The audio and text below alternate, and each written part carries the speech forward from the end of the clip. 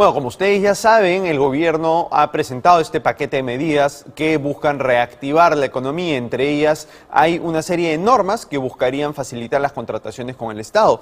Y vamos a analizar estas normas con Ramón Guapaya. Ramón es abogado del Estudio Rodrigo, es además autor de este libro, Administración Pública, Derecho Administrativo y Regulación, un libro que acaba de salir hace poco y que es además muy bueno, se los recomiendo. Ramón, ¿cómo estás? Gracias por venir a Rumbo Económico. ¿Cómo estás? Qué gusto después de tiempo encontrarnos aquí.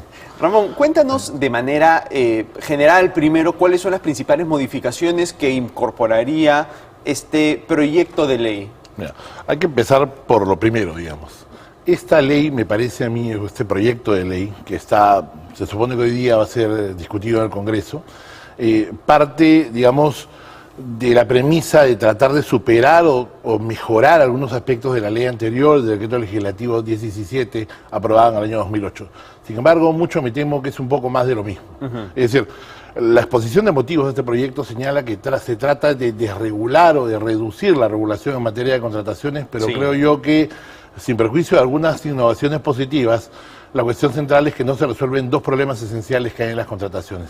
Primero, la práctica formalista y totalmente burocrática que existe. Justamente, colgándome de tu comentario de hace unos minutos, veo que esa es una de las cuestiones que más aqueja a la mala práctica en las contrataciones. Claro. O sea, se regula todo formalmente, exclusivamente todos los pasos están sobreregulados, sí, y digamos que si tú te equivocas en uno y no importa que contrataste bien, al final, luego de 2 años, viene a la Contraloría a perseguirte, decir, por formalidades, ¿no? Por formalidades. Claro. Por formalidades. El discurso formal es lo primero que hay que superar y parece que esta ley no lo va a superar. Ahora, probablemente eso no se puede cambiar con una ley, no tiene mucho que ver con cultura, con cómo está organizado el Estado, ¿no? Sí, definitivamente. O sea, yo creo que aunque tengas la mejor ley, la cultura formalista va a seguir en esta materia. La cultura formalista que no es superada ni por la práctica de OCE, ni tampoco por la Contraloría. Porque la Contraloría tiene un rol preponderante aquí y no se ha preocupado, digamos, de ver cuál va a ser su rol. Claro. Porque sería mucho mejor acompañar los procesos de selección importantes, o por ejemplo, tener un rol más activo de OCE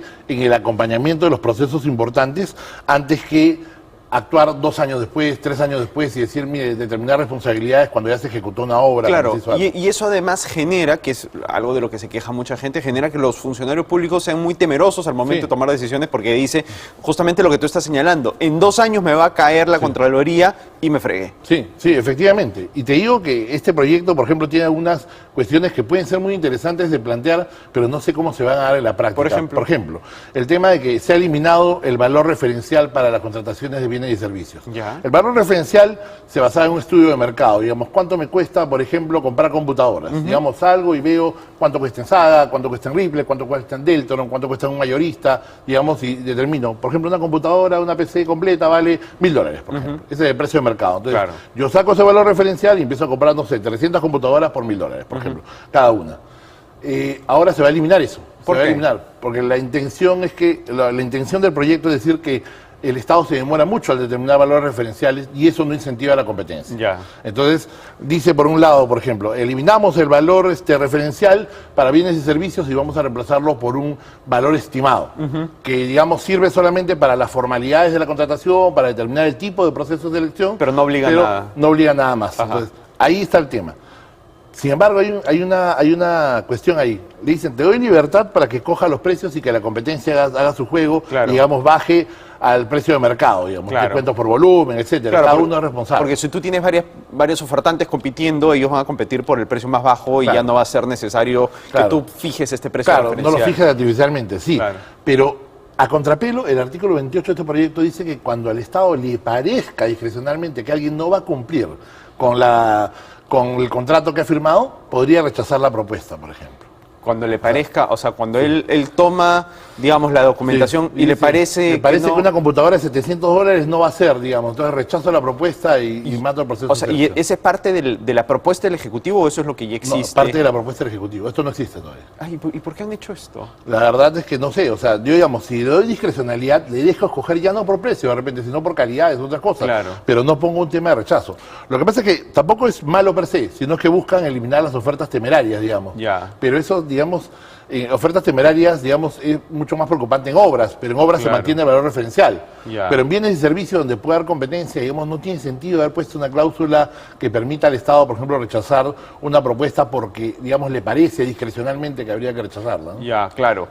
Digamos, es como una cláusula de salvaguarda para el Estado. Digamos, bueno, tú eres libre de escoger el valor de mercado, pero también puedes rechazar. Claro, entonces, y eso, digamos, reduce el margen de actuación del funcionario. De acuerdo, o sea, por un lado lo que hace es sí agiliza el trámite, pero por otro lado genera la incertidumbre de que tú no sabes si mañana el Estado te va a decir no, yo lo rechazo. Sí, claro, definitivamente. Y hacer una propuesta, trabajar precios, digamos, también genera un costo para los particulares, ¿no? Claro, entonces, y claro, y es un riesgo que tú te corras, ¿no? Si tú estás tratando de presentar una muy buena propuesta y bajas bastante, te pueden salir con que no, yo desconozco tu Imagínate, y un funcionario de repente que esté coludido, que podría pasar, no, sabes que yo lo rechazo y genera el desierto para contratar directamente, por ejemplo.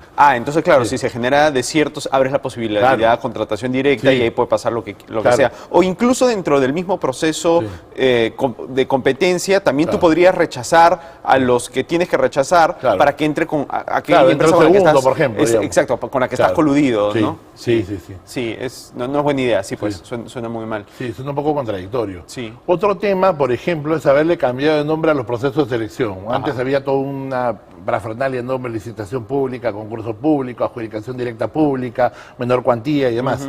Ahora lo que han hecho es, digamos, cambiarle de nombre, pero mantener lo mismo. Es decir, ahora hay licitación pública, concurso público, adjudicación simplificada, y luego de eso, dos modalidades adicionales, que son, en primer lugar, la contratación de consultores individuales, que ahora va a ser directa, digamos. No una persona, por ejemplo, quiero contratar a un abogado, quiero contratar a un ingeniero, un perito especializado, lo contrato directamente por sus méritos.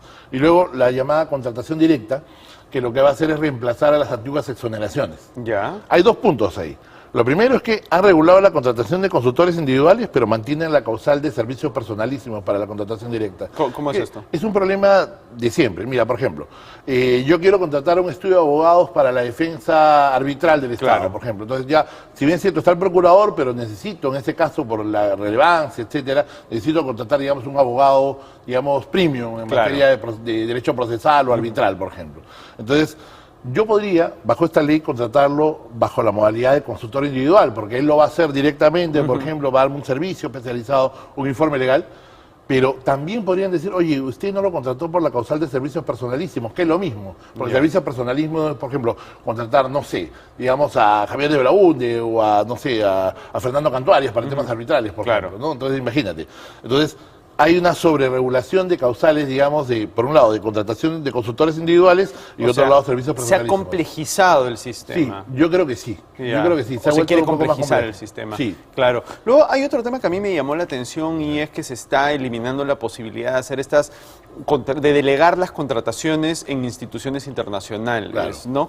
¿Tú crees que esto es positivo o no? Mira, yo creo que acá nos va a superar un poco la realidad, porque justamente el diagnóstico es que las entidades han recurrido a estas organizaciones internacionales debido a que la ley nacional no genera incentivos ni por el lado de contratar mejor ni tampoco por el lado de, digamos, de garantizar mejores decisiones, por ejemplo, ¿no? Entonces las entidades han recurrido a la contratación internacional como válvula de escape. Claro, digamos, como una válvula de escape.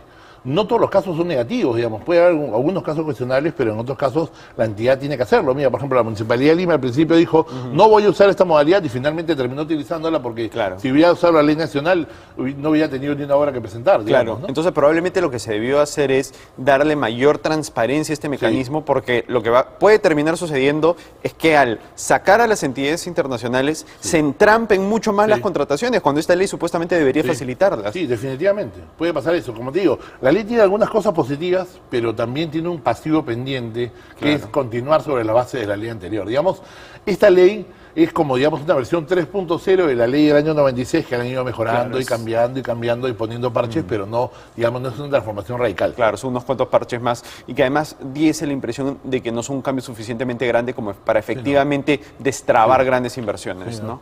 De acuerdo. Perfecto. Ramón, te lo agradezco muchísimo. Muchas gracias por venir a Rumbo Económico. Y como les venía diciendo, les recomiendo el último libro de Ramón, Administración Pública, Derecho Administrativo y Regulación. Nos vamos a una pausa y volvemos con Rumbo Económico. Scotiabank. Descubre lo que...